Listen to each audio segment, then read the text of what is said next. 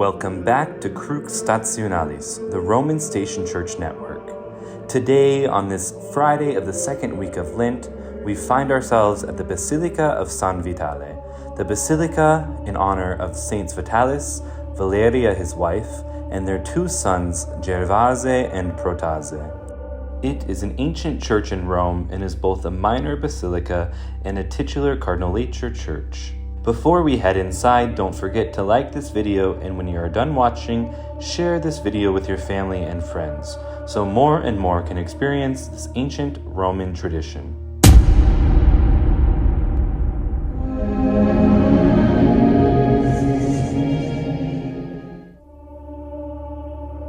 The basilica was built in the year 400 with the funds provided by Vestina, a wealthy widow, and was consecrated by Pope Innocent I in the year 401 or 402. The church was originally dedicated to Saints Gervase and Protase and called the Titulus Vestinae after the widow. Additional dedication to Saints Vitalis and Valeria, and thus to the whole family of Saint Vitalis, is dated to the year 412. San Vitale was restored several times, most importantly when it was extensively rebuilt by Pope Sixtus IV before the Jubilee year of 1475, as part of an entire building plan oriented to assist the pilgrim in visiting holy sites. A prominent example would be that of Ponte Sisto, a bridge rebuilt for the Roman people and pilgrims, as the inscription states upon the bridge, to bring pilgrims across the Tiber River, not solely from the Bridge of the Angels, but also from a more southern point and neighborhood of town which housed pilgrims. Back to San Vitale, other interventions took place in the year 1512 under Cardinal del Monte and in 1598, as well as in 1859 by the generosity of Pope Pius IX. As you saw, we descended down a set of stairs to enter the basilica.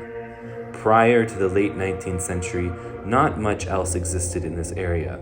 Between another titulus, San Ciriaco, near the Roman baths, which now comprise the Basilica Santa Maria of the Angels and Martyrs, which sits in modern-day Piazza della Repubblica, and Sant'Agata dei Gotti, the titular church of Raymond Leo Cardinal Burke, which sits nearby the Trajan Forum. Not much else existed on the ancient street besides this basilica of San Vitale.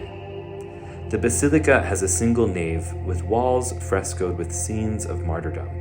The apse of the basilica is a surviving part of the original 5th century church, and it is decorated with a fresco by Andrea Comodi, The Ascent to Calvary.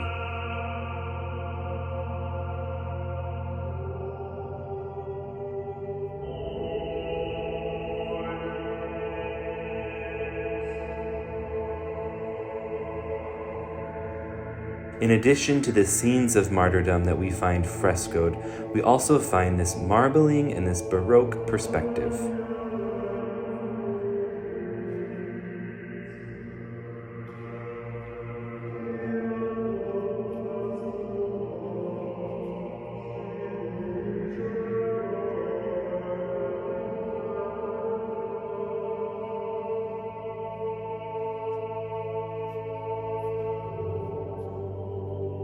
On account of the calming beauty of this basilica, it really is a respite from the busy street which stands above at Via Nazionale, the street on which passes the bus lines for the 64 and the 40, which cut across the city from the train station to St. Peter's Basilica.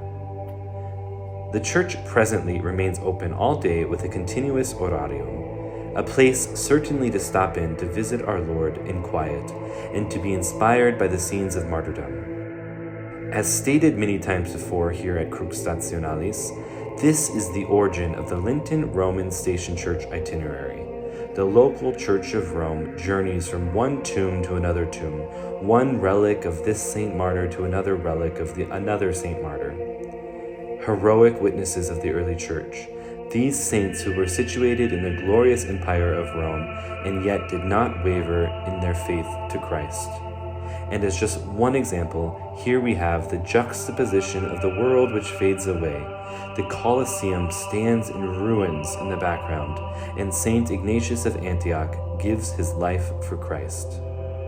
And so, inspired by these saints, we have to ask ourselves, are we doing the same thing that they did? Are we willing to sacrifice? Are we willing to profess our love for Christ, even if that means the glories of the world around us will fade? Because when we accept the love of Christ and we embrace it, and we return love to him, our sight no longer looks to the world, but instead our gaze lifts up, and all else fades except for Christ crucified, a sign of contradiction. We stand there on Calvary with the man of sorrows, with his blessed mother, with the beloved apostle.